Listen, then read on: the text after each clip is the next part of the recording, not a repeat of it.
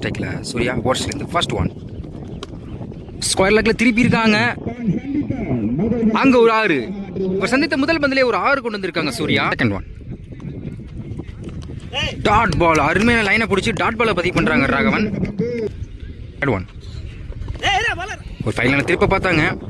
ஒரு leg bye dot பால்.